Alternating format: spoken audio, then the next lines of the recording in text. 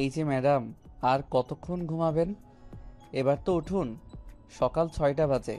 এটা আপনার বাপের বাড়ি নয় যে 10টা পর্যন্ত ঘুমাবেন।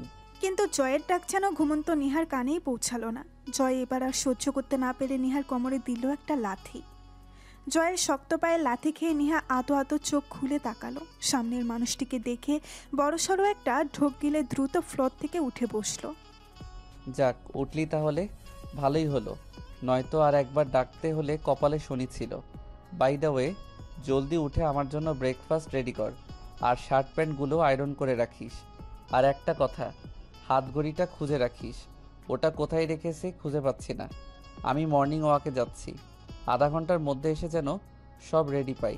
অ্যান্ড ইউ নো না আমি প্রতিদিন কয়টায় ঘর থেকে বের হই, সো হারি আপ, নয়তো কাল রাতের মায়ের কথা নিশ্চয়ই ভুলে যাসনি।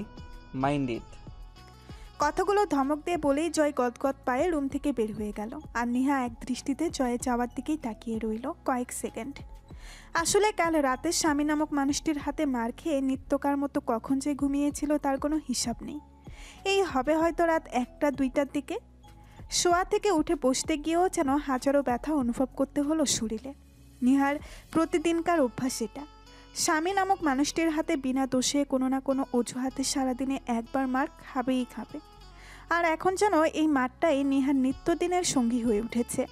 পৃথিবী উল্টে গেলেও, পৃথিবীর সব কিছু পাল্টে গেলেও নিহার শরীরের মার পড়াটা যেন পাল্টায় না কোনোভাবেই। খেলো তার ব্যতিক্রম হয়নি। সামান্য একটা ভুলের রেশ ধরে ওকে পশুর মতো মেরেছে স্বামী নামক জানোয়ারটি। জয়ের মার খেয়ে ফ্লোরে শুয়ে নীরবে চোখের জল ফেলছে সে। কান্নাটাও আজকাল নীরবে আসে, কারণ শব্দ করে কান্না করলেও এই বাড়িতে ওর কান্না শোনার জন্য কেউ নেই। আর যে ওর কান্না শুনবে সে তো কখনো শুনবেই না হয়তো ওর এই আর্তনাদ। কাল মার খাওয়ার মেইন কারণই হচ্ছে কাল রাতে জয় যখন খাবার খেয়ে রুমে এসেছিল, তখন প্রতিদিনের মতো সে রুমে চলে আসায় একটু পরে নিহা ওর জন্য 1 কাপ গ্রিন টি নিয়ে এসেছিল। মূলত ওই নিহাকে বিয়ের পরদিন করা আদেশ দিয়ে রেখেছে, যেন প্রত্যেক দিন রাতে সে রুমে আসার পর 1 কাপ গ্রিন টি বানিয়ে আনে। আর যদি এর বিপরীত হয় তাহলে কপালে দুঃখ আছে। তাই নিহা ও স্বামীর আদেশকে মান্য করে প্রতিদিন জয়ের জন্য গ্রিন টি নিয়ে আসে। কিন্তু কাল রাতে নিহার কিচেনে একটু কাজ বেশি ছিল বলে রুমে আসতে একটু দেরি হয়ে যায়, আর ভুলবশত গ্রিন টিও আনতে ভুলে যায়।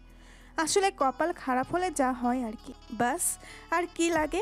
জয় নিহার গায়ে হাত তোলার জন্য প্যান্টের বেল্ট খুলে পাষাণের মতো নিহার শরীরের প্রত্যেকটা অংশে আঘাত করেছিল। আর নিহার সইতে না পেরে ফ্লোরেই লুটিয়ে পড়েছিল। তারপর ব্যথাযুক্ত শরীর নিয়েই কখন যে ঘুমিয়েছে তার কোনো হিসাব নেই। নিহা এবার কাতরাতে কাতরাতে আস্তে আস্তে বসা থেকে উঠে দাঁড়ালো। সারা শরীরে ব্যথা করছে, কিন্তু এই ব্যথাটাও এখন ওর জন্য বিশ্বের মতো হয়ে দাঁড়িয়েছে। কারণ এই অসহ্য ব্যথা নিয়েই এখন কলুর বলদের মতো সারাদিনের কাজগুলো করতে হবে। আর যদি এর বিপরীতে একটু এদিক সেদিক হয় তাহলে আবারও জয় ওর গায়ে হাত তুলতে 2বার ভাববে না। যদিও জয় সারাদিন বাড়িতে থাকে না, কিন্তু নিহার ভুল ত্রুটিগুলো যেন জয়ের কাছে পৌঁছাতে 2 মিনিটও লাগে না। নেহা ওয়াশরুমে গিয়ে ফ্রেশ হয়ে তারপর কিচেনে চলে আসলো ব্রেকফাস্ট রেডি করবে বলে। কি অদ্ভুত, বাসায় সার্ভেন্ট থাকার সত্ত্বেও নেহাকেই বাড়ির সব কাজ করতে হয়। সার্ভেন্ট যেন নামমাত্র এই বাড়িতে আছে। হয়তো রায়হান সাহেবের ভয়ে সার্ভেন্টকে মা ছেলে আর মেয়ে কেউ বিদায় করেনি, কারণ নেহার উপর ওদের আনুমানিক টর্চারগুলো যে ধরা পড়ে যাবে। নেহা নাস্তা তৈরি করছে আর কান্না মিশ্রিত চোখে ভাবছে কতটা সুন্দর ছিল তার জীবন। 1 বছর আগেও সে কতটা হাসতো, কত হাসি খুশি ছিল এই মেয়েটি। আর এখন নিয়তি এমন জায়গায় এসে দাঁড় করিয়ে দিয়েছে যে আর চাইলেও হাসি বের করতে হয় না মুখ দিয়ে, শুধু মিথ্যে হাসির অভিনয় করে যেতে হয় দিনের পর দিন। 1 বছরের ব্যবধানে সব কিছু যেন পাল্টে গিয়েছে। হ্যাঁ, নেহার বিয়ে হয়েছে প্রায় 1টা বছর ছুঁই ছুঁই। আর এই 1 বছরে এমন কোনো দিন যায়নি যেদিন নিহার মার খায়নি কিংবা কথা শোনেনি। নিহার মনে পড়ে গেল সেই দিনটির কথা, যেদিন ওর জয়ের সাথে বিয়ের কথাবার্তা হওয়ায় ওর বাবা অতি মাত্রায় খুশি হয়েছিল। উনি ভেবেছিলেন বন্ধুর ছেলের সাথে তার একমাত্র মেয়েটার বিয়ে হলে হয়তো মেয়েটা সুখেই থাকবে, কারণ জয়দের ঘরে তেমন কোনো লোক নেই, শুধু জয়ের ছোট বোন জেসি আর জয়ের বাবা মাই আছে। নেহার বাবা ভেবেছিল মেয়েকে কম সদস্যের পরিবারে বিয়ে দিলে মেয়েকে তেমন খাটুনি করতে হবে না, মেয়েটা ওনার মুখেই থাকবে, মেয়েটা ওনার সুখেই থাকবে। আর সবচেয়ে বড় কথা হলো রায়হান সাহেব অনেক ভালো একজন মানুষ, তাই ওনার ছেলে মেয়ে আর বউ নিশ্চয়ই অনেক ভালো হবে।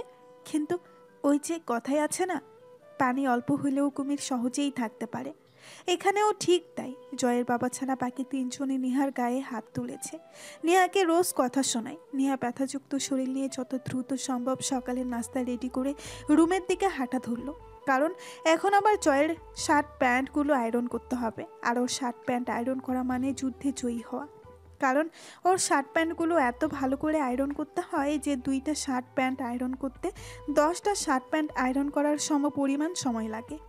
তার উপর আবার ঘড়িটাও খুঁজে বের করতে হবে, কে জানে ঘড়িটা কোথায় পড়ে আছে, নয়তো আবার ওকেই চোর ভেবে দোষারোপ করবে। নেহা রুমে এসে শার্ট প্যান্ট আয়রন করে ঘড়িটাও খুঁজে বের করে ড্রেসিং টেবিলের উপরে রাখলো।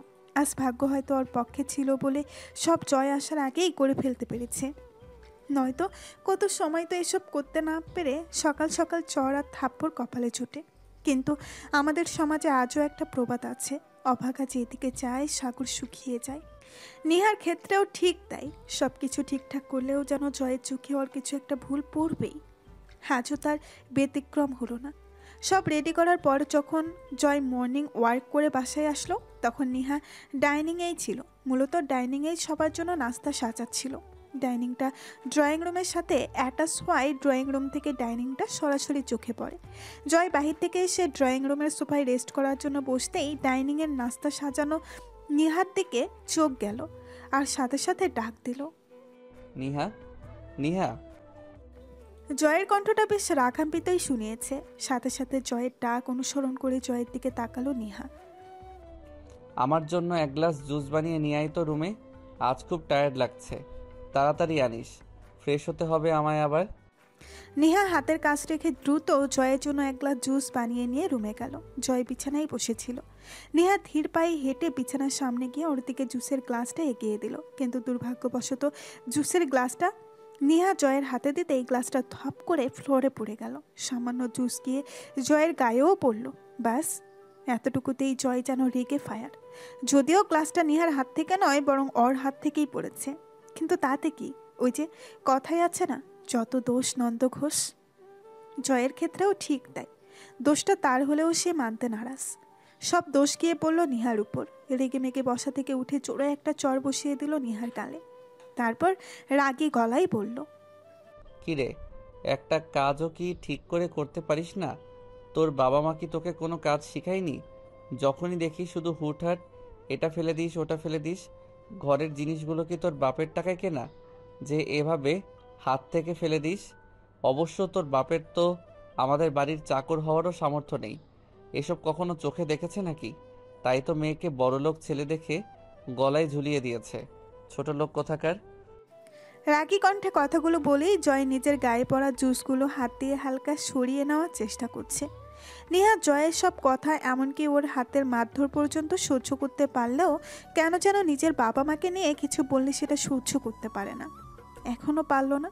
জয়ের দিকে তাকিয়ে বলেই ফেলল, তবে কণ্ঠটা বেশ শান্ত রেখেই বলল, প্লিজ আপনার যা বলার আমাকে বলবেন, কিন্তু আমার বাবা মাকে নিয়ে কিছু বলবেন না। দোষটা আমি করেছি, ওনাদের কেন আপনি এখানে টেনে আনছেন? দরকার পড়লে আপনি আমাকে মারেন কাটেন যাই করেন, তবুও প্লিজ ওনাদের নিয়ে কিছু বলবেন না, ওনাদের তো কোনো দোষ নেই। ব্যাস, নিহার শান্ত কণ্ঠে বলা কথাগুলো যেন জয়ের রাগকে বাড়িয়ে দেওয়ার জন্য যথেষ্ট ছিল। জয় এমনিতেই ওর কথার পিঠে কথা বলা পছন্দ করে না, তার উপর এখন তো ওর কথার পিঠে কথা বলা ব্যক্তিটা ওর সবচেয়ে অপছন্দের ব্যক্তি নিহা। জয়ের যেন কথাগুলো সহ্য হলো না, রাগে চোখে নিহার দিকে তাকালো। নিহা তো ওর চাহনি দেখেই ভয়ে শুকনো ঢুক গিলছে। এখন না জানি আবার সকাল সকাল কপালে কি আছে। কথাগুলো বলে যে জয়ের রাগকে বাড়িয়ে দিয়েছে সেটা পরিষ্কার বুঝতে পারছে, কিন্তু ওরই বা কি দোষ? ও দোষ করেছে যা বলার ওকে বলবে, কিন্তু বাবা মাকে কথা শোনাবে কেন? বাবা মায়ের তো কোনো দোষ নেই। তোর এত বড় সাহস, তুই আমার মুখে মুখে তর্ক করিস? তোর বাবা মাকে নিয়ে কথা বলেছি বলে খুব গায়ে ফোসকা পড়ছে না? তোর সাহস কি করে হয় আমার মুখের উপর কথা বলার? তোকে তো আজ আমি। বলেই জয় নিজের প্যান্টের বেল্টটা খুলে নিতে লাগলো। নেহা যেন বেল্ট খুলতে দেখে এই ভয়ে সিটিয়ে গিয়েছে, হাত পা রীতিমতো কাঁপছে ওর। এখন আবার গরু ছাগলের মতো মার খেতে হবে, কথাটা ভাবতেই নেহার সারা শরীর কাঁপছে। নেহা কিছু বলতে চেয়েও যেন বলতে পারছে না। কারণ সে বারবারই নিজের জন্য জয়ের কাছে কোনো সাফাই দিতে পারে না। আজ পর্যন্ত একটা বারও নিজের নির্দোষ হওয়ার কথা বলতে পারল না জয়ের কাছে। সবসময় বিনা দোষেই চট থাপ্পড় বেল্টের মার এসব সহ্য করেছে, এখনও তাই হলো। জয় নিজেই বেল্ট খুলে পশুর মতো মারতে লাগলো নিহার শরীরে। বল, আর কখনো মুখের উপর কথা বলবি কি না? বল, আর কোনোদিন এই দুঃসাহস করবি না আমার মুখের উপর কথা বলা? হ্যাঁ, আমার মুখের উপর কথা বলা? তোকে তো আজ আমি মেরেই ফেলবো, ছোট লোক কোথাকার। জয় কথাগুলো বলছে আর নিহা শরীরের একটা করে বেল্টের আঘাত করছে। নিহা যেন এত মার সহ্য করতে না পেরে ফ্লোরেই লুটিয়ে পড়ল। ও মা গো, আল্লাহ গো, ও মা আল্লাহ গো। কিন্তু নিহার এসব আর্তনাদ কি আর জয়ের কানে পৌঁছাচ্ছে? নিহা ফ্লোরে লুটিয়ে পড়াটা যেন ওর জন্য মারতে আরও সুযোগ হয়েছে। বেল্টের আঘাতের পাশাপাশি এবার পা দিয়েও লাথি দিতে লাগলো নিহার পেটে পিঠে। আর নিহা, সে তো বোবার মতো মুখ বুঝে সব মার সহ্য করে যাচ্ছে। জয় ততক্ষণ নিহার শরীরে আঘাত করেছে যতক্ষণ না সে নিজে ক্লান্ত হয়েছে। যখন নিহাকে মারতে মারতে নিজের হাতটায় ব্যথা হয়ে আসলো, তখন মারটা থামিয়ে বেলটা বিছানায় ছুঁড়ে ফেলে ওয়াশরুমে চলে গেল। আর নিহা সেখানেই শুয়ে রইল। কাল রাতে আর আজ সকালের মার খেয়ে এখন যেন পুরো শরীরটাই অসাড় হয়ে পড়েছে নিহার। পুরো শরীর যন্ত্রণা করছে ব্যথায়। ফ্লোর থেকে উঠে বসার শক্তিটাও যেন হারিয়ে ফেলেছে। জয় আসার আগে আগে কয়েকবার উঠে বসতে চেয়েও ব্যর্থ হলো। প্রায় আধা ঘন্টা পর জয় ওয়াশরুম থেকে বেরিয়ে আসলো। আর এসে এখনও নিহাকে ফ্লোরে শুয়ে কাতরাতে দেখে নাক মুখ কুচকে ড্রেসিং টেবিলের সামনে গিয়ে দাঁড়ালো। হয়তো প্রতিদিনের মতো আজও কোনো ক্লাব কিংবা হোটেলে যাওয়ার জন্য রেডি হবে এখন, আর নয়তো বা গার্লফ্রেন্ডকে ডেটিংয়ে নিয়ে যাওয়ার জন্য রেডি হবে। রেডি হতে হতে আয়নার দিকে তাকিয়ে জয় বলল, আর শুয়ে না থেকে এবার উঠে গিয়ে আমার কাপড়গুলো ধুয়ে দে। অনেক কাপড় জমা হয়ে আছে আমার। এখনো বেঁচে আছিস, মরে যাসনি যে? এতক্ষণ মরার মতো শুয়ে থাকবি? জলদি উঠে ওয়াশরুমে যা। মিনিট বিশেকের মধ্যেই জয় রেডি হয়ে বের হওয়ার জন্য প্রস্তুত হলো। কিন্তু নিহাকে এখনো ফ্লোরে শুয়ে থাকতে দেখে মেজাজটা যেন চটে গেল। তবে গায়ে হাত না তুললেও ধমক দিতে ভুল করলো না। কি হলো, এখনো শুয়ে আছিস কেন? আজ কি সারাদিন শুয়ে থাকার প্ল্যান করেছিস নাকি? বলেছি না আমার সব কাপড়গুলো ধুয়ে দিতে, কথা কি কানে যায় না? জলদি ধুয়ে শুকিয়ে সন্ধ্যার আগে আয়রন করে রাখবি। আমাকে যেন আর বলতে না হয়। আমি এখন বাইরে যাচ্ছি, এসে যদি কোনো রকম অনিয়ম দেখি তাহলে হচ্ছে তোর। বলেই জয় রুম থেকে বেরিয়ে গেল। নিহা প্রায় 1 ঘন্টা পর ব্যথাযুক্ত শরীর নিয়ে কাপড় ধোয়া শেষ করলো। এখন আবার দুপুরের জন্য রান্না করতে হবে, তাই আর কোনো রকম দেরি না করে কিচেনের দিকে হাঁটা ধরলো। সিঁড়ি দিয়ে নামার সময় দেখা হলো জেসির সাথে। জেসি ডাইনিং থেকেই আসছিল। নিহাকে কুকরিয়ে হাঁটতে দেখে থেমে গিয়ে তাচ্ছিল্যের স্বরে জিজ্ঞেস করলো, কি ব্যাপার ভাবিজি, আমার ভাইয়া বুঝি আজকেও আদর করেছে? আচ্ছা, আজকে আদরের ডোজটা একটু বেশি ছিল। অবশ্য তোমাকে দেখে বোঝা যাচ্ছে আজ ডোজ একটু বেশি হয়েছে। বলি কি, এত কিছুর পরেও কেন পড়ে আছো এই বাড়িতে? এবার হলেও তো চলে যেতে পারো। গেও কোথাকার। তখনই শায়লা বেগম অর্থাৎ জয়ের মা আসলেন। উনি তাচ্ছিল্য হেসে বললেন, আরে জেসি, কি বলছিস কি তুই এসব? তাকে কি বলছিস? ও কেন যাবে এখান থেকে? ও তো এই বাড়িতে রাজত্ব করবে বলেই পণ করে এই বাড়িতে ঢুকেছে। দেখছিস না তোর বাবাকে কিভাবে বশ করে নিয়েছে? বন্ধুর মেয়ে করে করে তো সব সময় মাথায় তুলে রাখে। আমাদের কোনো কথাই বিশ্বাস করে না ওর কথা ছাড়া। ভাগ্যিস জয় আমাদের সাথে ছিল, নয়তো এই গেয় ভূতটা তো পুরো বাড়ি নিজের কবজা করে নিত। যত সব। কেন হচ্ছে তোর বাবা এই গেয় মেয়েটাকে আমার ছেলের বউ বানাতে গেল আমি বুঝি না বাপু। আমার ছেলে হর থেকেও 1000 গুণ সরস মেয়ে বিয়ে করতে পারতো। এসব বলতে বলতে শায়লা বেগম আর ওনার গুণধর মেয়ে সিঁড়িতে উপরে উঠে গেলেন। আর নেহা চুপচাপ কিচেনে চলে গেল। কোনো রকম রিয়াক্ট কিংবা প্রত্যুত্তর করলো না, কারণ এসব আজ নতুন কিছু নয়। প্রতিদিনে এসব নানান কথা ওকে শুনতে হয়। এই বাড়িতে আসার পর থেকে ওর কপালে খাবারের চেয়ে কথা আর মারি জোটে বেশি। মাঝে মাঝে তো বলতে বলতে গায়ে হাতও তুলে মা মেয়ে। আর সবসময় ভাবে কিভাবে জয়কে দিয়ে মার খাওয়াবে নেহাকে। জয় এমনিতেও এই বিয়েতে রাজি ছিল না, কারণ নেহা গ্রামের মেয়ে আর জয় হচ্ছে শহরের আধুনিক ছেলে, যাকে বলে আলট্রা মডার্ন। সবসময় পার্টি, ক্লাব, নেশা করা, বাবার কামানো টাকা অযথা খরচ করাই হচ্ছে জয়ের নিত্যদিনের কাজ। আর নেহাকে বউ হিসাবে না মানার দ্বিতীয় কারণ হচ্ছে জয়ের একটা গার্লফ্রেন্ড আছে, মীরা। সেও জয়ের মতো ওভার স্মার্ট। যেই কারণে জয়ের পুরো ফ্যামিলির চোখের মনি সে, শুধুমাত্র জয়ের বাবা ছাড়া। রায়হান সাহেব তো এই মেয়েকে দু চোখে সহ্য করতে পারে না। ওনার কলিজার টুকরা হলো নেহা, যাকে উনি নিজের মেয়ের চেয়েও বেশি ভালোবাসেন। তবে রায়হান সাহেব জানেন না যে ওনার ছেলে মীরাকে ভালোবাসে। উনি মনে করেন মীরা মেয়েটা শুধু ওনার ছেলের বন্ধু, তাছাড়া আর কিছু নয়।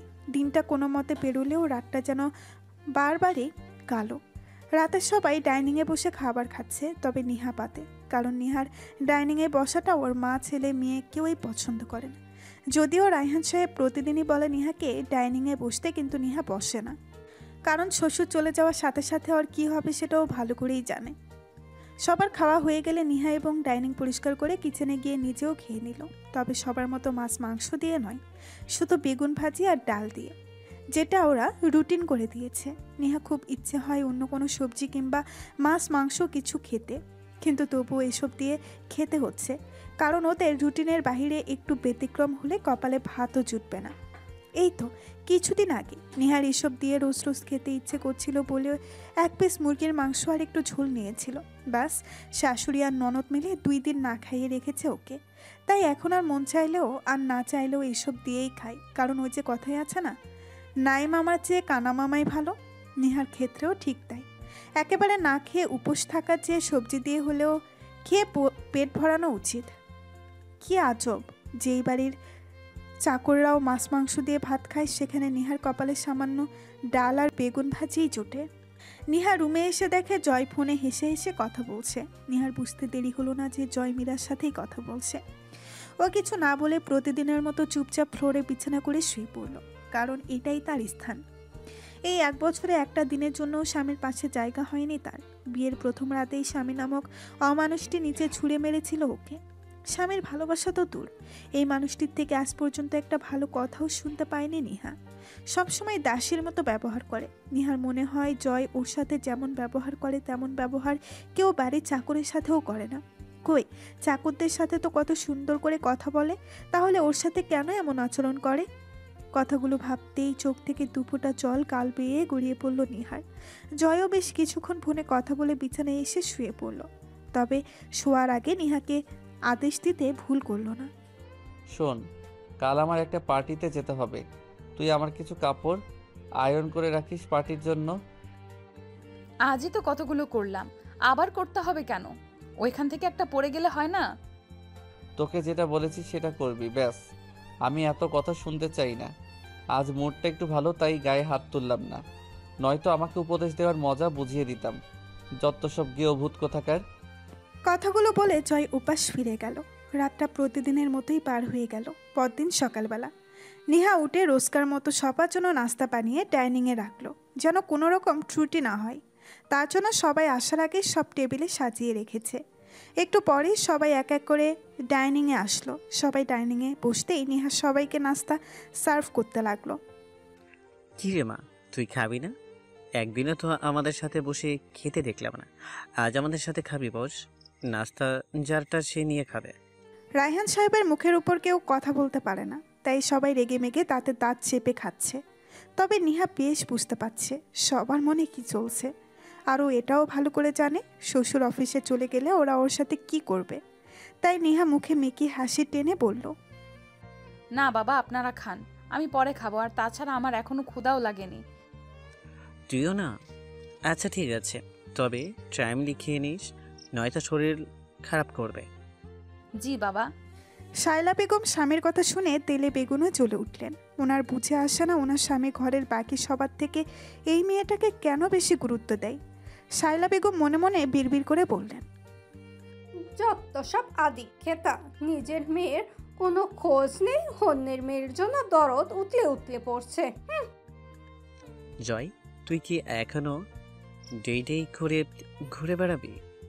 স্টাডি কমপ্লিট করেছিস, এখনো কি ঘুরে বেড়ানোর সময়?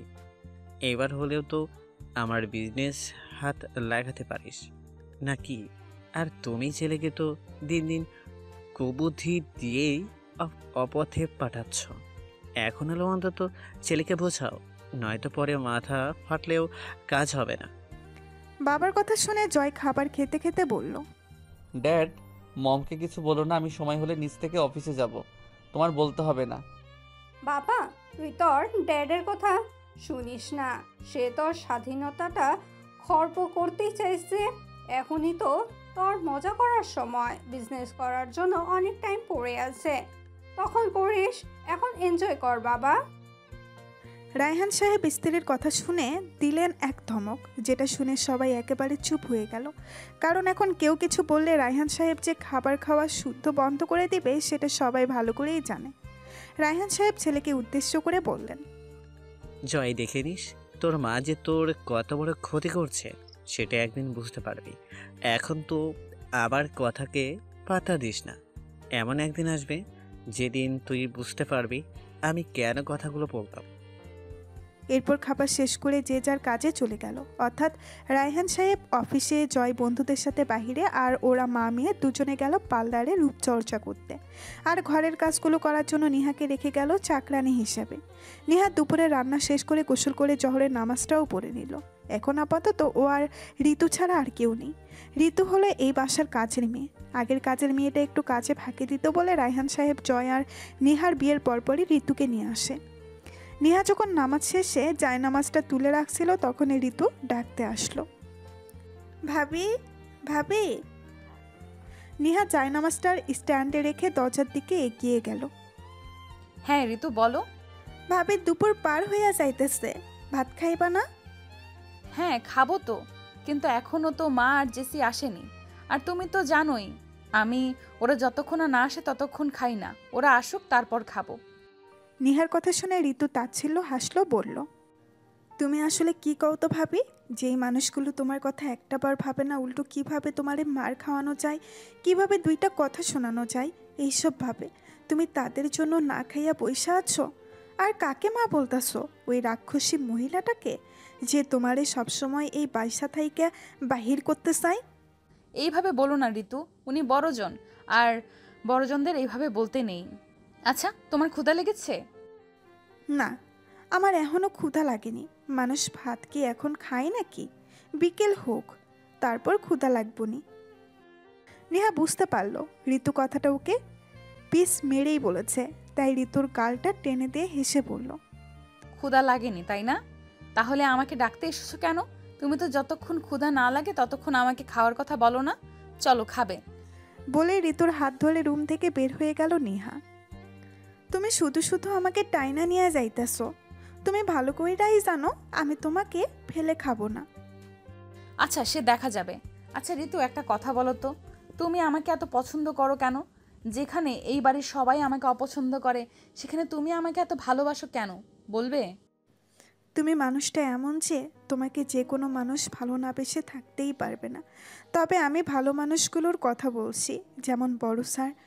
কারণ খারাপ মানুষগুলো কখনো ভালো মানুষগুলোকে চিনতে পারে না, যেমন ওর মা আর ছেলে মেয়ে। নেহা আর ঋতু যখন কথা বলতে বলতে সিঁড়ি দিয়ে নামছিল, তখনই শায়লা বেগম আর জেসি ঘরে ঢুকলো। দুজনেই ভেতরে ঢুকে সোফায় গিয়ে ধপ করে বসে পড়ল। নেহা শাশুড়ি আর ননদকে টায়ার্ড দেখে দ্রুত কিচেনে গিয়ে 2 গ্লাস লেবুর শরবত বানিয়ে নিয়ে আসলো। যদিও ঋতু অনেক বারণ করেছিল, কিন্তু নেহা শোনেনি। এই নিন মা, শরবতটা খেয়ে নিন, তাহলে ক্লান্তিটা দূর হয়ে যাবে। জেসি, তুমিও নাও। সোফায় মা মেয়ে দুজনেই চোখ বন্ধ করে বসেছিল। হঠাৎ নিহার কণ্ঠ শুনে চোখ খুলে তাকিয়ে সোজা হয়ে বসলো। একবার নিহার হাতের টাইংয়ে রাখা শরবতের গ্লাসগুলোর দিকে তাকিয়ে নিহার দিকে তাকালো। তারপর তাচ্ছিল্য হেসে শায়লা বেগম বললেন, তোকে কি আর সাদে গেও বলি আমি? গেও ছোট লোক কথাকার। এই বাড়িতে এসেছিস 1 বছর হয়ে গেছে, কখনো আমাদেরকে কি লেবু শরবত খেতে দেখেছিস? তুই জানিস না আমরা ফ্রুটস জুস ছাড়া অন্য কোনো রকম শরবত খাই না? মম, তুমি ওকে কেন বলছো এইসব? ও তো আমাদের খাওয়ার জন্য আনেনি, আমাদের জন্য শরবত এনেছে বলে নাম করার জন্য এনেছে। যদি খাওয়ার জন্য আনতো তাহলে আর এমন ছোট লোকই শরবত বানিয়ে আনতো না। ওয়াক, এইরকম সাদা মাটা লেবু শরবত কেউ খায়? আমার তো দেখেই বমি হবে মনে হচ্ছে।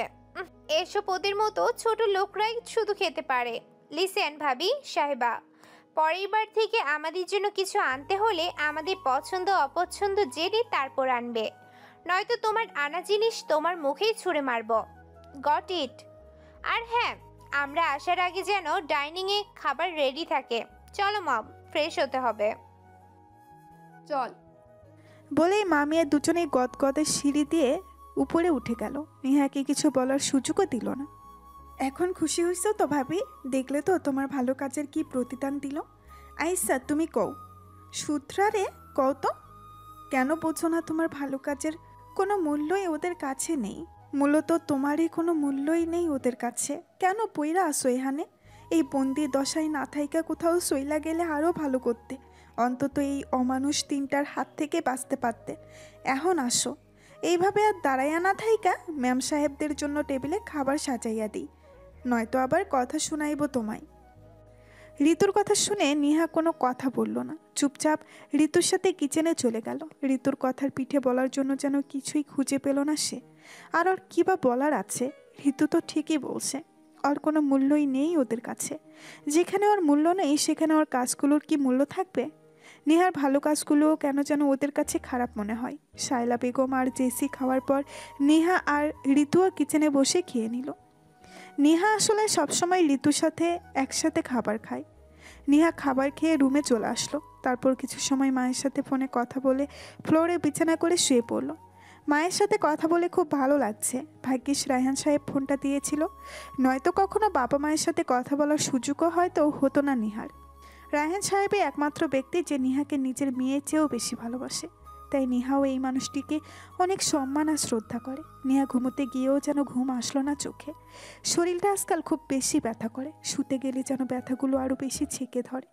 অবশ্য প্রতিদিনের মারের তুলনায় আজ মারটা একটু বেশিই হয়েছে। বেল্টের মার আর লাথি খেয়ে যেন পুরো শরীর অসাড় হয়ে গেছে। যখন দেখলো ব্যথার জন্য এপাশ ওপাশ ফিরতে পারছে না, তখন আর কোনো উপায় না পেয়ে উঠে বসলো নেহা। হয়তো ফ্লোরে শুয়েছে বলে আরও বেশি ব্যথা করছে। তাই ঠিক করলো ঋতুর সাথে গিয়ে গল্প করবে কিছুক্ষণ। যেই ভাবা সেই কাজ। নেহা রুম থেকে বেরিয়ে সোজা কিচেনের পাশের রুমটাতে চলে গেল, কারণ এই রুমটাতেই ঋতু থাকে। ঋতু, ঋতু। বলতে বলতে নেহা রুমে ঢুকলো। ঋতু তখন খাটে শুয়ে শুয়ে মোবাইলে গেমস খেলছিল। মোবাইলটা মূলত রায়হান সাহেব কিনে দিয়েছিলেন, যাতে অবসর সময়ে ঋতু মোবাইল টিপে একটু ক্লান্তি দূর করতে পারে। নেহাকে এই সময় রুমে ঢুকতে দেখে অবাক হয়ে দ্রুত উঠে বসলো। ভাবি তুমি? আসো বসো। তুমি এই সময় এখানে? তুমি তো এই সময় প্রতিদিন ঘুমাও, আজ ঘুমাও নাই? ঋতুর কথা শুনে নেহা মুচকি হেসে ঋতুর পাশে গিয়ে বসলো। তারপর ঋতুর রুমের চারপাশে চোখ বুলাতে বুলাতে বলল, ঘুম আসছিল না, তাই ভাবলাম তোমার সাথে কিছু সময় গল্প করি, তাই চলে আসলাম তোমার কাছে। সত্যিই কি তাই, নাকি অন্য কোনো কারণ? মিথ্যা কইবা না কিন্তু, কারণ গত 1 বছরে তোমারে আমার ভালো কইরা চেনা হইয়া গেছে। আর যাই হোক, তুমি কখনো বিকালে না ঘুমাইয়া থাও না। সত্যি করে কও তো কি হয়েছে? নেহা বরাবরই ঋতুর থেকে কিছু লুকিয়ে রাখতে পারে না। প্রথমে মিথ্যা বললেও পরে ঠিকই সত্যিটা বলে দিতে হয়। আর বলবে না বা কেন? এই বাড়িতে ঋতুই তো একমাত্র মানুষ যে ওর সুখ দুঃখ সব বোঝে, যার সাথে নেহা নিজের সব দুঃখ শেয়ার করতে পারে। ঋতুর বয়সটা একটু কম হলেও মেয়েটা যথেষ্ট ম্যাচিওর। ঋতুকে এই বাড়িতে আনার পর থেকেই নেহা ঋতুর সাথে ভালো ব্যবহার করে বলে, ঋতুকে ছোট বোনের মতো দেখে বলে ঋতুও নেহাকে যথেষ্ট পছন্দ করে। নেহা যত কষ্টেই থাকুক, ঋতুর সাথে কিছু সময় কথা বললে যেন সব দুঃখ ভুলে থাকতে পারে সে। কি হইল, কিছু কইতাছ না যে? নাকি এখন এই ঋতুকেও মিথ্যা কইতে শিখা গেছো? যেমনটা বড় স্যারকে কও, ভালো না থাইকাও কত সুন্দর করে বড় স্যারকে সবসময় কও, বাবা আমি ভালো আছি, আমার এখানে কোনো সমস্যা হচ্ছে না।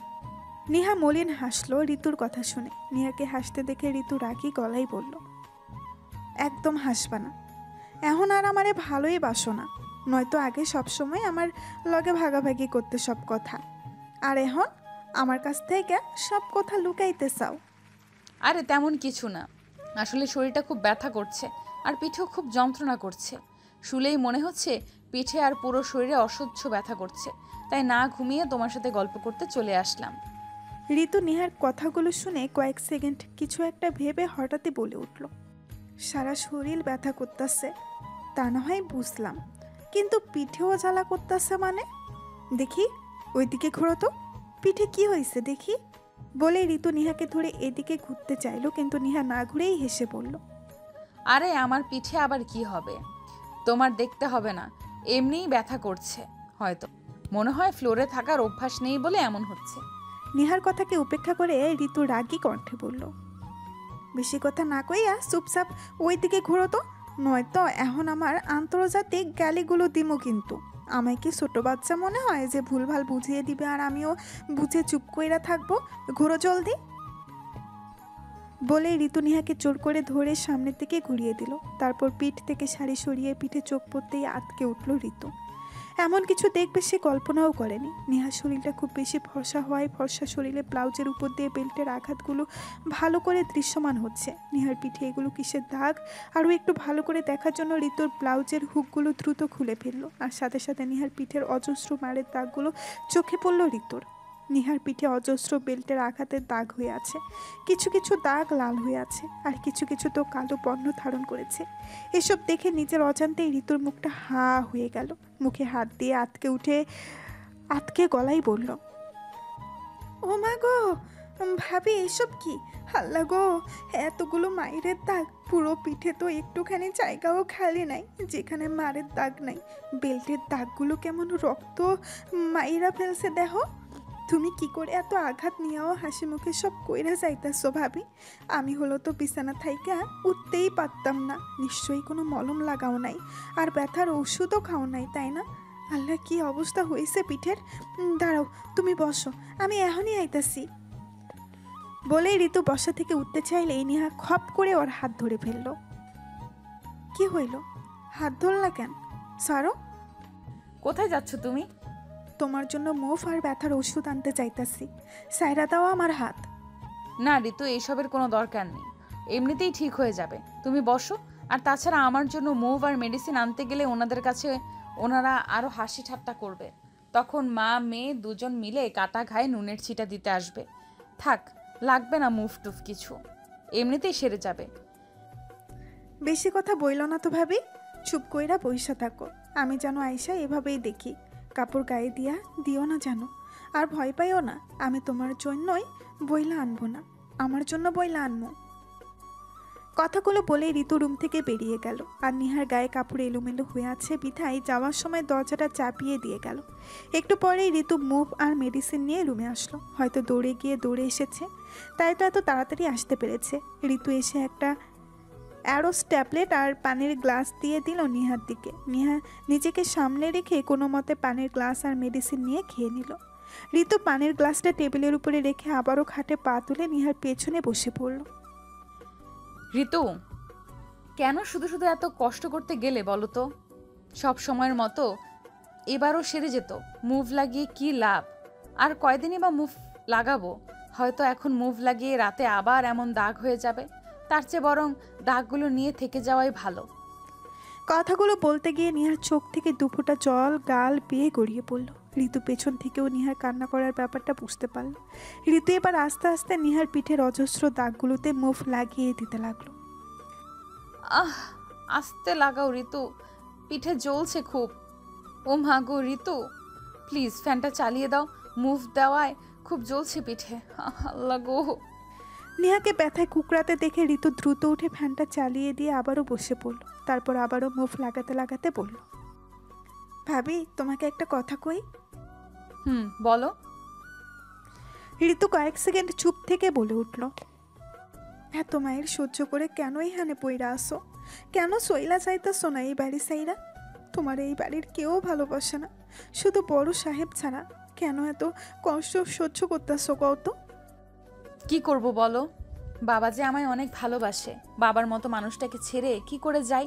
মানুষটা আমাকে নিজের মেয়ের থেকেও বেশি ভালোবাসে, তাই শত কষ্ট মুখ বুজে সহ্য করে এই বাড়িতে পড়ে থাকি। সত্যিই কি বড় সাহেবের জন্য পইরা আসো নাকি অন্য কিছু? মানে? ছোট সাহেবকে ভালোবাসো? কি বলো এসব তুমি? যেটা জিজ্ঞেস করছি ওইটা কও। ছোট সাহেবকে ভালোবাসো? নেহা কিছু বলল না, বরং চুপ করে রইল। ঋতুর প্রশ্নের জবাবে কি বলবে বা নেহা কিছু বলল না, বরং চুপ করে রইল। ঋতুর প্রশ্নের জবাবে কি বলবে বা কি বলা উচিত নেহা জানা নেই। আর কি বা বলবে এটা যে সে ওই মানুষ নামের অমানুষটাকে ভালোবাসে। কথাটা শুনলে এই ঋতু কি ভাববে? হয়তো ওকেই শেষটা ভাববে। ঋতুর ততক্ষণে মুভ লাগানো শেষ। তাই সে নিহার ব্লাউজের হুকগুলো লাগিয়ে দিয়ে খাটে পা ঝুলিয়ে বসে পড়ল। নিহাও সোজা হয়ে বসলো। ঋতু নিহার দিকে তাকিয়ে আবারও বলল, আমি জানি তুমি ছোট সাহেবকে ভালোবাসো, আর তাই ওই ব্যাটারে সেরে যাইতে পারতাস না। বড় সাহেব তো বাহানা মাত্র। নেহা চমকালো ঋতুর কথা শুনে। ও কি করে বুঝলো সে জয়কে ভালোবাসে? হ্যাঁ, ঋতুর কথাই ঠিক। নেহা জয়কে অনেক ভালোবাসে, যদিও নেহা জানে যে জয়ের মনে ওর জন্য কোনো ভালোবাসা নেই, আর কখনো হয়তো জন্মাবেই না। তবুও সে এই মানুষটিকে ভালোবাসে, অনেক ভালোবাসে। যত যাই হোক, মানুষটি তো ওর স্বামী, আর প্রতিটা স্ত্রীরই উচিত স্বামীকে ভালোবাসা। নেহাও ভালোবাসে, তবে উচিত অনুচিতের কথা ভেবে নয়। যেদিন প্রথম জয়ের ছবি দেখেছিল বাবার কাছে, সেই দিনই জয়কে ভালো লেগে যায় নেহার। আর সেই ভালো লাগা থেকেই ভালোবাসার জন্ম। কিন্তু কে জানতো এই মানুষটা ওকে নয় অন্য কাউকে ভালোবাসবে। নেহার মনে পড়ে গেল সেই দিনটির কথা, যেদিন ওদের বাসায় রায়হান সাহেব ওনার ছেলের প্রস্তাব নিয়ে গেছিল। নেহা তখন উঠানে মায়ের সাথে টুকটাক কাজ করতে করতে কথা বলছিল। তখনই বাবা সহ রায়হান আঙ্কেল বাড়িতে ঢোকে। নেহাদের ঘরটা টিনের, তবে টিনের হলেও বেশ সুন্দর আর আকর্ষণীয়। রুমও কম নেই, রান্নাঘর সহ পাঁচটা রুম, আর ঘরের চারপাশে ব্যাপক জায়গা ফাঁকা রেখে ঘেরাও করে টিন দেওয়া। আর সামনের পেছনে চারপাশে ঘেরাও টিনের দেওয়ালটা গিয়ে ঘরের পেছনে স্থির হয়েছে। আর ওখানেই একটা দরজা দেওয়া হয়েছে, যেটাকে বলা হয় চলে বাড়ির মেইন গেট। মেইন গেট দিয়ে রায়হান আঙ্কেল আর বাবাকে ঢুকতে দেখে সহজ সরল নেহা দৌড়ে বাবার সামনে যায় বাবার বাজারের ব্যাগটা নিবে বলে। তবে রায়হান আঙ্কেলকে সালাম দিতে ভুল করলো না নেহা। হেসে রায়হান সাহেবের দিকে তাকিয়ে বলল, আসসালামু আলাইকুম আঙ্কেল, কেমন আছেন? রায়হান সাহেব মুচকি হেসে নেহার মাথায় হাত বুলিয়ে দিয়ে সালামের জবাব দিলেন। ওয়ালাইকুম আসসালাম, কেমন আছো মা? জি আঙ্কেল, ভালো আছি, আসুন ভেতরে চলুন। বলেই বাবার দিকে ফিরে হাতটা বাড়িয়ে দেয় বাজারের ব্যাগ নেবে বলে। মেয়েকে দেখে রফিক সাহেবও হেসে বাজারের ব্যাগটা মেয়ের হাতে দিয়ে মেয়েকে এক হাতে বুকে জড়িয়ে নিয়ে রায়হান সাহেবের সাথে কথা বলতে বলতে ঘরের দিকে যেতে থাকে। নেহা সবসময়ই এমন করে। বাবা বাড়িতে ঢুকেছে দেখলেই দৌড়ে বাবার কাছে গিয়ে বাবার হাতে যেইটাই থাকুক সেটা নিয়ে নেবে।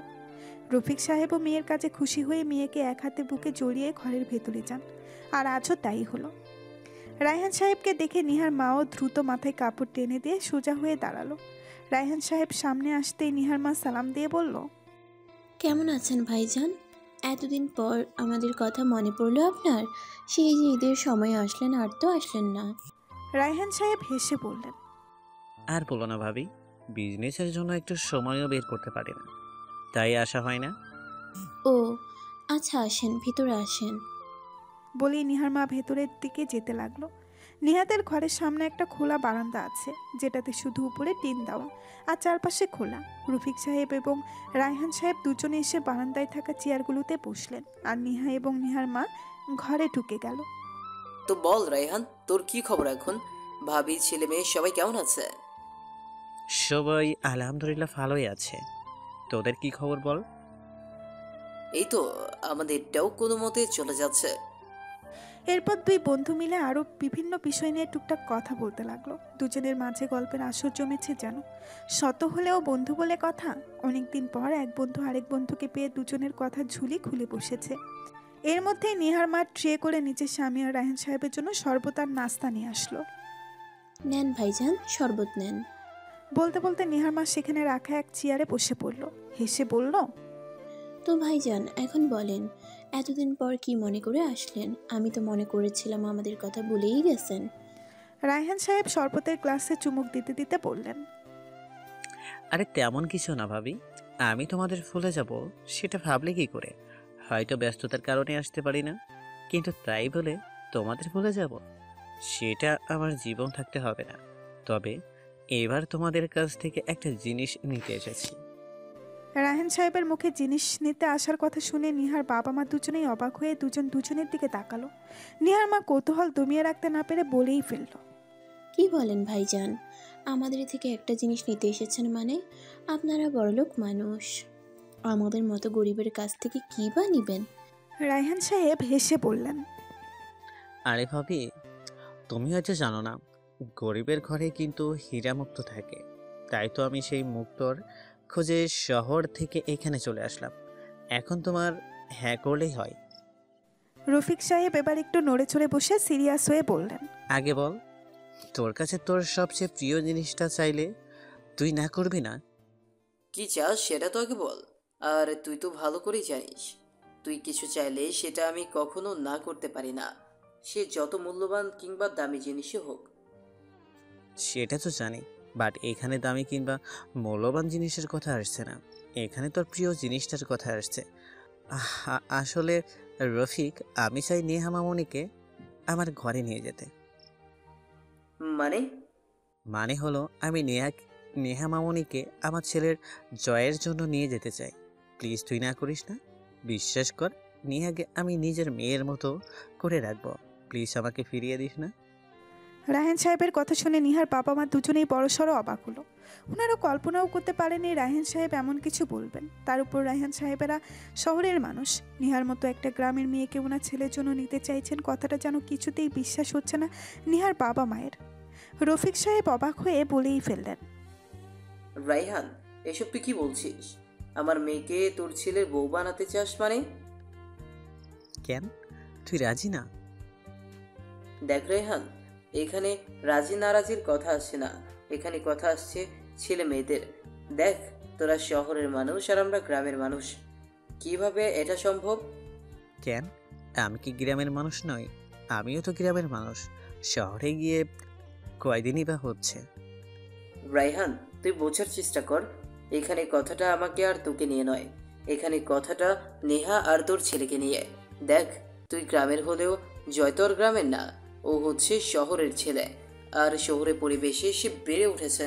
এখন যদি নেহাকে ওর জন্য নিয়ে যাস, তাহলে হয়তো দুজনের মানিয়ে নিতে কষ্ট হবে। এমনও হতে পারে জয় এই বিয়েটা মানতেই চাইবে না। তাই আমার মনে হয় তোর জয়ের জন্য শহরের কোনো মেয়েকে ঠিক করাটাই বেশি ভালো হবে। আর তাছাড়া জয়েরও তো পছন্দ অপছন্দের একটা ব্যাপার আছে। তুই বরং ওখান থেকেই একটা মেয়ে ঠিক কর জয়ের জন্য। আমরা গিয়ে 1 সপ্তাহ ধরে না হয় তোর ছেলের বিয়ে খেলাম। আরে তেমন কিছু না, প্লিজ তুই আমার ফিরিয়ে দিস না। অনেক আশা নিয়ে এসেছি তোর কাছে, তোর মেয়েকে আমার মেয়ে বানাবো বলে। তুই তো আমার জন্য অনেক করলি, এবার আমাকেও তোর জন্য কিছু করার সুযোগ দে। এরপর তিনজনের মাঝে বেশ কিছু সময় কথা বলা বলির পর অবশেষে বিয়েটা ঠিক হলো। রফিক সাহেব ও বন্ধুর কথায় রাজি হয়ে গেল। আর রাজি না হওয়ারও উপায় নেই, কারণ বন্ধু কিছু চেয়েছে আর এটা না করার কোনো সাধ্যই নেই রফিক সাহেবের। আর সবচেয়ে বড় কথা হলো উনি জয়কে চিনেন। জয় যথেষ্ট ভদ্র এবং ভালো ছেলে। কি রফিক হয়েছে? সাহেবের এমন সাথে ষাঁড়ের কয়েকবার মতন দেখা চেঁচাচ্ছ হয়েছে, কেন? অনেক সম্মান দিয়ে আমাদেরকে কথা কি বলেছে চোখে জয় পড়ছে তখন। না? কিন্তু রফিক সাহেব তখনও জানতেন না জয় ছেলে হিসেবে ভালো হলেও স্বামী হিসেবে হবে অমানুষ। আর রায়হান সাহেবও তখন জানতেন না ওনার ছেলে ওনারই অগোচরে মদ, ক্লাব, পার্টি আর গার্লফ্রেন্ড নিয়ে মেতে থাকে সব সময়। উনি ভাবতেন জয় শুধু বন্ধুদের সাথে আড্ডা দিয়ে সময় ব্যয় করে, কিন্তু ওনার ছেলে যে এতটা আলতা মডার্ন সেটা ওনার জানা ছিল না। রায়হান সাহেব চেয়েছিলেন জয়কে বিয়ে করিয়ে দিলে জয় আর বন্ধুদের সাথে মিলে সময় অপচয় করবে না, বউ এনে দিলে তখন সংসার মুখী হয়ে বাবার বিজনেসে হাত দিবে। আর সেই বউটাই যদি নেহা হয় তাহলে ব্যাপারটা সোনাই সোহাগা, কারণ নেহা যথেষ্ট সুন্দরী, ভদ্র, মার্জিত এবং পদ্মাশীল। জয়ের জন্য ওকে নিয়ে গেলে মন্দ হবে না। সেদিন রায়হান সাহেব আর রফিক সাহেব মিলে নিজেদের ছেলে মেয়েদের বিয়েটা পাকাপোক্ত করে ফেললেন। মেয়ের যেহেতু ইন্টার পরীক্ষা দেওয়া শেষ, তাই রফিক সাহেবও আর না করলেন না, কারণ গ্রামের মেয়েদেরকে এসএসসির উপরে পড়ানো হয় না, আর সেখানে রফিক সাহেব তো মেয়েকে ইন্টার অবধি পড়িয়েছেন, সেটাই বা কম কিসের। তাই রায়হান সাহেবের সাথে মিলে 15 দিনের মাথায় বিয়ের তারিখ ঠিক করে, অর্থাৎ 15 দিন পরেই বিয়ে। তবে সব ঠিকঠাক হওয়ার পরেও রফিক সাহেব আরও একবার বন্ধুর কাছে জিজ্ঞেস করতে ভুল করলেন না যে পরিবারের সবাই এই বিয়েতে রাজি হবে কিনা, বিশেষ করে জয় এই বিয়েতে রাজি আছে কিনা। রায়হান সাহেব বন্ধুকে আশ্বস্ত করে বলেছিলেন যে ওনার ফ্যামিলির সবাই রাজি হবে, আর সবচেয়ে বড় কথা হলো উনি বললে সেখানে কেউ না করতে পারবে না। রফিক সাহেবও তখন নিশ্চিন্ত হয়েছিলেন। আর রায়হান সাহেব যেহেতু শহরের পরিবেশে অভ্যস্ত হয়ে গেছে, তাই নেহার কথা ভেবে আসার সময় জয়ের একটা ছবি নিয়ে আসলেন সাথে। ছবিটা রফিক সাহেবকে দিয়ে কানে কানে বলেছিলেন যেন নেহা না দেখে মতো ওর বিছানায় এটা রেখে দেওয়া হয়, কারণ বাবা মা ছবি দেখাতে চাইলেই হয়তো লজ্জায় নিতে চাইবে না। তাই রায়হান সাহেবের এই আইডিয়া। রফিক সাহেবও হেসে বন্ধুর সাথে সহমত জানালো। সেই দিনে রায়হান আঙ্কেল চলে আসলেন শহরে, আর বাবা রায়হান আঙ্কেলের কথা মতো ছবিটা নেহার অগোচরে নেহার বইয়ের টেবিলের উপরে রেখে আসে। কিন্তু ওনারা তিনজনেরই কেউই জানতেন না নিহা ওনাদের সব কথা শুনেছে। আসলে ওনারা তিনজনেই যখন কথা বলছিলেন তখন নিহা দরজার আড়াল থেকে সব শোনে।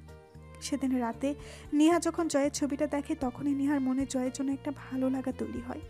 জয় দেখতে মাশাআল্লাহ অনেক হ্যান্ডসাম আর সুন্দর। ফর্সা গালে খোঁচা খোঁচা দাড়িগুলো যেন সৌন্দর্য আরও বাড়িয়ে দিয়েছে। দেখতে কোনো রাজপুত্রের চেয়ে কম লাগছে না। এই সুদর্শন ছেলেটা ওর স্বামী হবে সেটা ভাবতেই যেন নিহার খুশি প্লাস লজ্জা লাগছে। আর ওদের বিয়েটা যেহেতু সেদিনের আরও 15 দিন পর হয়েছে, তাই নিহা জয়কে নিয়ে ভাবতে ভাবতে জয়ের প্রতি ভালো লাগাটা যে কখন ভালোবাসায় পরিণত হয়েছে সেটা বুঝতেই পারল না। নিহা শুধু এতটুকু জানতো জয়ের সাথে ওর বিয়ে হলেও নাখোশ হবে না। হ্যাঁ, এটা ঠিক যে বাবা মাকে ছেড়ে শহরে থাকতে কষ্ট হবে, কিন্তু এমন একটা মানুষকে স্বামী হিসেবে পেলে হয়তো বাবা মাকে ছেড়ে থাকাটা সম্ভব হবে না। আর এমনিতেও একদিন না একদিন তো যেতেই হবে শ্বশুরবাড়ি। আজ না হয় কাল। প্রতিটা মেয়েকেই যেহেতু শ্বশুরবাড়ি যেতে হয়, তাই তো আর বাবা মায়ের কাছে থেকে যেতে পারবে না, চাইলেও পারবে না। তাই নিহা নিজেকে অনেক কষ্টে বুঝিয়ে শক্ত করেছিল। তবে মুখে এসব বলে নিজেকে সান্ত্বনা দিলেও নিহার মনটা যেন সবসময় ছোট হয়ে থাকতো, কারণ সে কখনো বাবা মাকে ছেড়ে একটা রাতের জন্য কোথাও যায়নি। সে কিভাবে শহরে গিয়ে বাবা মাকে ছেড়ে থাকতে পারবে তো? ওখানে মানিয়ে নিতে পারবে তো শহরের পরিবেশ? আচ্ছা, জয় কি ওকে তেমন করে ভালোবাসবে যেমন ও ভালোবেসে ফেলেছে? জয়ের মা আর বোন কেমন হবে? জয়ের মা ওকে মেয়ের মতো করে দেখবে তো? আর জয়ের বোন, সে কি ওকে বোনের মতো করে দেখবে? এসব নিহার সবসময় মনে মনে ভাবতে না চাইলেও যেন ভাবনায় চলে আসতো। যদিও স্বামী নামক মানুষটিকে ভালোবেসে নিহা সব ভুলে থাকবে ঠিক করেছিল, কিন্তু বাবা মায়ের চেহারাটা চোখের সামনে ভাসলে যেন মুহূর্তেই বিয়ে টিয়ে এসবের প্রতি অনীহা চলে আসে নিহার। বাবা মাকে দৌড়ে গিয়ে জড়িয়ে ধরে বলতে ইচ্ছে করে, প্লিজ বাবা, প্লিজ মা, তোমরা আমাকে বিয়ে দিও না। আমি তোমাদের ছেড়ে কোথাও যাব না, তোমাদের ছেড়ে আমি থাকতে পারবো না। তোমরা যে আমার বাবা মা ভাই বোন সব, প্লিজ আমাকে বিয়ে দিয়ে তোমাদের থেকে পর করে দিও না। হঠাৎই কাঁধে কারো হাতের স্পর্শ পেয়ে নিহার ধ্যান ভাঙে। ঋতু কাঁধে হাত রেখেছে। নিহা চাপা স্বরে প্রশ্ন করল, কিছু বলবে? কি ভাবতাছো কত? কখন থেকে দেখতেছি চুপ হইয়া কি যেন ভাবতাছো। কিছু না, তোমার এমনিই মনে হচ্ছে। ও। হঠাৎ করেই পুরনো স্মৃতি চোখের সামনে ভেসে উঠেছে নিহার। কে জানতো বাবা মায়ের একমাত্র আদরের মেয়েটি এমন চাকরানি হয়ে যাবে। বাবা মা মেয়েকে শখ করে বড় লোকের ঘরে বিয়ে দিয়েছিল মেয়ে তাদের সুখে থাকবে বলে, কিন্তু কে জানতো নিয়তি এমন খেলা খেলবে। নেহা বাবা মা হয়তো জানেই না ওনাদের মেয়ে কেমন আছে, হয়তো ওনারা ভাবছে মেয়ের ওনাদের বেশ সুখেই আছে। কিন্তু আফসোস, নেহা আর ঋতু কথা বলতে বলতে কখন যে আসরের সময় হয়ে গেছে বুঝতেই পারল না। আসলে বেশি সময় ধরে গল্প করেছে তা কিন্তু নয়, মূলত এখনকার দিনগুলোই এমন। হালকা গরম আর হালকা শীতের মাঝামাঝি সময়, বলতে গেলে পুরোপুরি শীত আসার আগ মুহূর্তে। তবে শীত পুরোপুরি না আসলেও দিনগুলো যেন প্রয়োজনের চেয়েও ছোট হয়ে গেছে। এখনকার দিনগুলো এমন যে রাতে হালকা শীত পড়ে আর দিনে গরম লাগে। হয়তো কিছুক্ষণের মধ্যেই শীত পুরোপুরি এসে যাবে। নেহা ঋতুর রুম থেকে নিজের রুমে চলে আসলো। আসরের আজান হয়ে গিয়েছে, এখন নামাজ পড়ে নেওয়া উচিত, নয়তো কখন দেখা যাবে চোখের পলকেই মাগরিবের আজান দিয়ে দিচ্ছে। নেহা ওয়াশরুম থেকে উঁচু করে এসে নামাজ বিছিয়ে নামাজ আদায় করে নিল।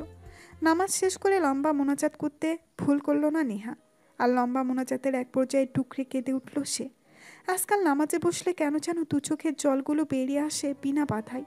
নামাজের মধ্যে চোখের জলগুলো আটকে রাখলেও মোনাজাতে কেন যেন আটকে রাখতে পারে না সে। মোনাজাত শেষ করে উঠে দাঁড়ায় নেহা, নামাজটা গুছিয়ে রেখে রুম থেকে বেরিয়ে গেল। এখন আবার রাতের জন্য রান্না করতে হবে, তার চেয়েও বড় কথা এখন যদি শাইলা বেগম আর জেসিকে কপি বানিয়ে তাড়াতাড়ি রুমে দিয়ে আসা না হয়, তাহলে নিজেরা তো কথা শোনাবেই, আবার হয়তো গায়েও হাত তুলতে পারে।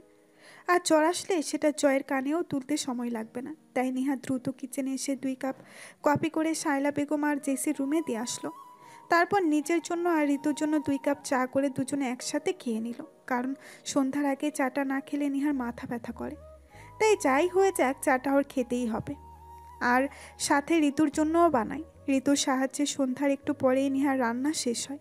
যদিও শায়লা বেগম আর জেসি ঋতুকে কাজ করতে নিষেধ করে, কিন্তু ঋতু ওদের চোখ ফাঁকি দিয়ে নেহাকে হাতে হাতে সাহায্য করে। সন্ধ্যা 7টার দিকে রায়হান সাহেব অফিস থেকে বাসায় ফিরে। শায়লা বেগম আর জেসি তখন ড্রয়িং রুমের সোফায় বসে ভারতীয় সিরিয়াল দেখছিল। রায়হান সাহেব সোফায় বসে নেহাকে ডাকতে লাগলো। বউ আর মেয়েকে যেন ওনার চোখেই পড়ে না। নেহা, নেহা, কি রে মা, কোথায় গেলি?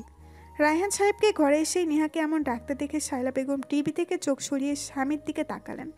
রাগী গলায় বললেন, কি হয়েছে এমন সারের মতন চেঁচাচ্ছ কেন? আমাদেরকে কি চোখে পড়ছে না?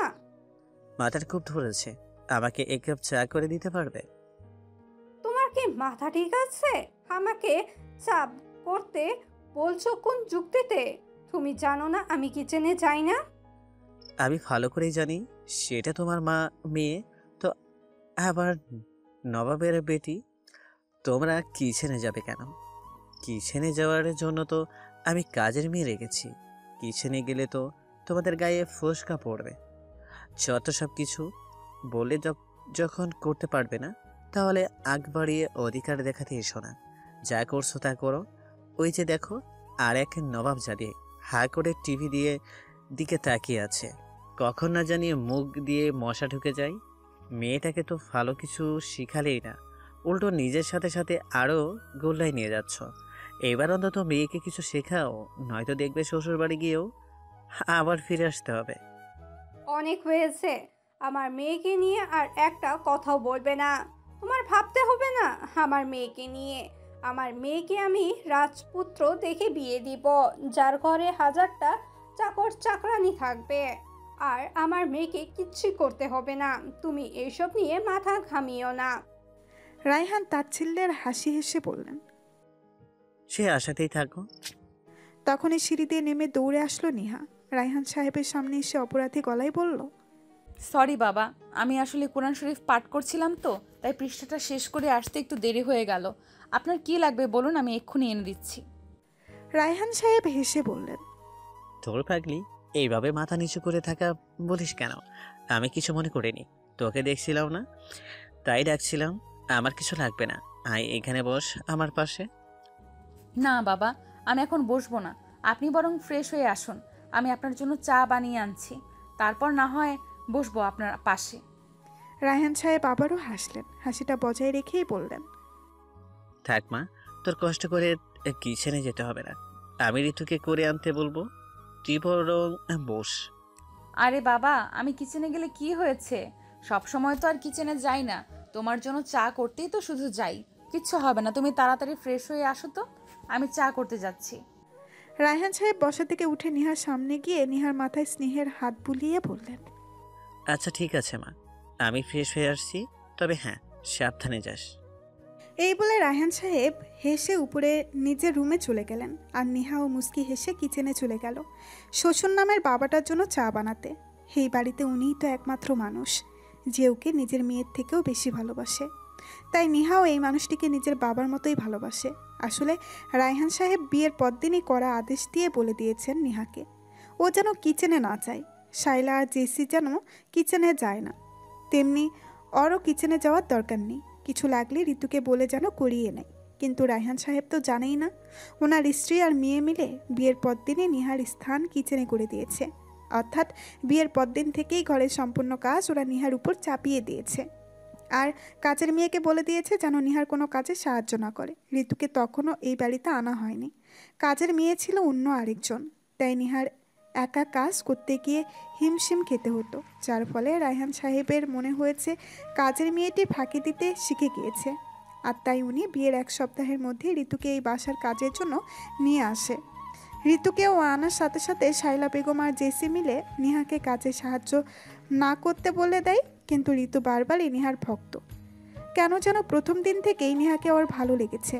তাই শাইলা বেগম আর জেসির অগোচরে নিহাকে সে সাহায্য করে। তবে ঋতু এইসব অনেকবার রায়হান সাহেবকে বলতে চেয়েছিল, কিন্তু নিহার জন্য বলতে পারেনি। নিহা বরাবরই ওকে বাধা দিত, তাই ঋতুও এখন আর বলার চেষ্টা করে না। রায়হান সাহেব ফ্রেশ হয়ে নিচে নেমে আসলেই নিহা চা নিয়ে গিয়ে রায়হান সাহেবের পাশে বসে। তারপর শ্বশুর আর বৌমা দুজনেই দীর্ঘ সময় ধরে গল্প করতে থাকে। ওদের গল্প দেখে শাইলা বেগম আর জেসি দুজনেরই রাগে গা জ্বলছে। না পাচ্ছে এসব দেখতে আর না পাচ্ছে এসব সহ্য করতে। তাই মা মেয়ে দুজনেই রাগে ফুসফুস করতে করতে উপরে চলে গেল। রায়হান সাহেবও কোনো রকম প্রতিক্রিয়া না দেখিয়ে গা সারা ভাব নিয়ে রিমোট নিয়ে টিভিটা অফ করে দিল। বাবা, ওনারা যে চলে গেল। ভালো হয়েছে, চল গিয়েছে। এখন আমরা বাবা মেয়ে মিলে আরও ভালো করে গল্প করব। ভালো হচ্ছে না? নেহা কিছু না বলে মাথা নিচু করে ফেলল। রাত 10টা। রায়হান সাহেব, শায়লা বেগম, জয় আর জেসি সবাই একসাথে খাবার টেবিলে বসেছে, শুধু নেহা ছাড়া। জয় যতই বেপরোয়া চলাফেরা করুক, রাত 10টার আগেই বাসায় ফিরে। কারণ বিয়ের রাতেই রায়হান সাহেব ছেলেকে করা আদেশ দিয়ে বলেছেন, রাত 10টার আগে সে যদি বাসায় না ফিরে তাহলে পরদিন আর এই বাড়িতে ঢুকতে পারবে না। আর জয়ও জানে বাবা যেটা বলবে সেটাই করে, তাই সেও বাবার ভয়ে রাত 10টার আগেই বাসায় ফিরে আসে। সবাই যখন নিজেদের প্লেটে খাবার নিতে ব্যস্ত, তখনই রায়হান সাহেব বললেন, কিরে মা, তুই খাবি না? আয় বস। না বাবা, আপনারা খান, আমি পরে খাবো। আপনি তো জানেনই আমার টেবিলে বসে খেতে ভালো লাগে না, তাই আমি ঋতুর সাথেই বসে খাবো। আপনারা খেয়ে নিন। কি যে বলিস না মা, বিয়ে হয়েছে 1 বছর হলো। বাবা, এরপর সবাই খাবার খেতে লাগলো। জয় খাবার টেবিলে কোনো কথা বলে না, তাই এখনও কোনো কথা বলছে না, বরং চুপচাপ খাচ্ছে। বাবার সামনে এমনভাবে থাকে সে যেন ওর মতো ভালো ছেলে আর একটিও নেই। তাই রায়হান সাহেবও জানেন না ছেলে ওনার কতটা অধপতনে গিয়েছে। রায়হান সাহেব মনে করেন স্ত্রী আর মেয়ে নেহাকে একটু অপছন্দ করলেও জয় নেহাকে অনেক ভালোবাসে, কারণ আজ পর্যন্ত জয়কে একবারও নেহার সাথে খারাপ ব্যবহার করতে দেখেননি উনি। আর সবচেয়ে বড় কথা হলো জয় বিয়ের সময়ও কোনো অমত করেনি, বাবার কথায় বিনা বাক্যে বিয়েতে রাজি হয়ে গেছে। এমনকি বাবার পছন্দকে সম্মান জানিয়ে মেয়েটাকে সেটা পর্যন্ত দেখতে চায়নি। তাই রায়হান সাহেবের ছেলের প্রতি অনেক বিশ্বাস। উনি নিশ্চিত যে জয় নেহাকে অনেক ভালোবাসে। হয়তো এখন একটু বেপরোয়া চলাফেরা করে, কিন্তু আস্তে আস্তে ঠিক হয়ে যাবে। তবে রায়হান সাহেব তো জানেনই না ওনার ছেলে নেহাকে ভালোবাসে না, বরং ঘৃণা করে। জয়ের যদি অপছন্দের কোনো মানুষ থাকে সেটা হচ্ছে নেহা। জয় যে এই 1 বছরে প্রতিদিনই নেহার গায়ে হাত তুলেছে সেটা রায়হান সাহেবের অজানা, হয়তো কখনোই জানবেই না। নেহাও কখনো বলে না, বরং সবসময় রায়হান সাহেবের কাছে জয়ের প্রশংসা করে। রায়হান সাহেব সবসময় নেহাকে জিজ্ঞেস করে জয় ওকে কোনো রকম কিছু বলে কিনা, দুজনের মাঝে সব ঠিক আছে কিনা। নেহা বারবারই মিথ্যা বলে। এই তো কিছুদিন আগেও রায়হান সাহেব নেহাকে রুমে ডেকে নিয়ে পাশে বসিয়ে জিজ্ঞেস করেছিলেন, আর এই 1 বছরে আমাদের সাথে একদিনও বসে খেলি না। টেবিলে বসে খেতে কি প্রবলেম আমি বুঝি না। আচ্ছা তাড়াতাড়ি খেয়ে নিস। নেহা, মা তোর কোনো অসুবিধা হচ্ছে না তো এই বাড়িতে? আমি জানি শাইলা আর জেসি তোকে একটু অপছন্দ করে, তবে এটাও জানি জয় তোকে অনেক ভালোবাসে। তারপরও বলছি, তোরা জয়ের মতো সব ঠিক আছে তো মা? তোকে জয় কোনো রকম কষ্ট দেয় না তো? কারণ একটা মেয়ের শ্বশুরবাড়িতে তার সবচেয়ে আপনজন হলো তার স্বামী। শ্বশুরবাড়ির বাকি মানুষগুলো যেমনই হোক, স্বামীটা যদি ঠিক থাকে তাহলে বাকি সব গোল্লাই যাক। তাই জিজ্ঞাসা করছি, জয় তোর সাথে কেমন বিহেভ করে মা? মিথ্যা বলবি না আমায়। রায়হান সাহেবের কথাগুলো শুনে নেহা মনে মনে তাচ্ছিল্য হাসলো। নেহা জানে এখন এই মানুষটাকে মিথ্যা বলতে হবে, কারণ মানুষটা অনেক আশা করে ওকে তার ছেলের বউ বানিয়ে এনেছিল। ওনারই বা কী দোষ? উনি তো আর জানেন না ওনার ছেলে ওনার সামনে ভালো হওয়ার নাটক করে। উনি তো এটাও জানেন না ওনার স্ত্রী আর মেয়ের আচরণে নেহা যতটা কষ্ট পায় তার চেয়েও দ্বিগুণ কষ্ট পায় জয়ের আচরণে। এমন একটা দিন নেই যে জয় ওর শরীরে হাত তোলেনি। কখনো কখনো তো সকালে রাতে 2 বারও জয়ের হাতের মার খেয়েছে নেহা। তবে সবটাই রায়হান সাহেবের অজানা, কারণ রায়হান সাহেবের সামনে জয় নেহার সাথে এমন বিহেভস করে যেন জয়ই পৃথিবীর শ্রেষ্ঠ স্বামী। নেহাকে চুপ থাকতে দেখে রায়হান সাহেব আবারও প্রশ্ন করলেন, কি হলো মা, কিছু বলছিস না যে? আমি কিছু জানতে চেয়েছি, তোর সাথে কি জয় কোনো রকম খারাপ ব্যবহার করে? যদি সেও শাইলা আর জেসির মতো আচরণ করে তাহলে আমাকে বল, আমি এখনই ওর ব্যবস্থা করব। প্রয়োজনে এই বাড়ি থেকে বের করে দিব। বল মা। আপনি সব কি বলছেন? জয় কেন আমার সাথে খারাপ ব্যবহার করতে যাবে? জয় আমার সাথে কোনো রকম দুর্ব্যবহার করে না। ও তো আমাকে ভালোবাসে, আর ভালোবাসলে কেউ কারোর সাথে খারাপ ব্যবহার করতে পারে? তার মানে তুই খুশি আছিস মা? তুই জয়ের সাথে ভালো আছিস? হ্যাঁ বাবা, আমি ভালো আছি। আমার জন্য আপনি একদম টেনশন করবেন না। জয় আমাকে ভালোবাসে, আর ও আমার সাথে খারাপ ব্যবহার করবে কি? উল্টো মা আর জেসি একটু খারাপ আচরণ করে বলে আমাকে সান্ত্বনা দেয় যে সব ঠিক হয়ে যাবে একদিন। জেসির বিয়ে হয়ে গেলে তখন মাও বুঝতে পারবে তোমাকে। আপনি নিশ্চিন্তে থাকুন বাবা। আর জয় যদি আমাকে কোনো কষ্ট দিত আমি তো সবার আগে আপনাকে বলতাম, তাই না? সেটাই। যাক, শুনে নিশ্চিন্ত হলাম। সেদিন নিহার কথা শুনে রায়হান সাহেব অনেক খুশি হয়েছিলেন। ছেলে যেহেতু ওনার পছন্দকে পায়ে ঠেলে না দিয়ে বুকে টেনে নিয়েছে,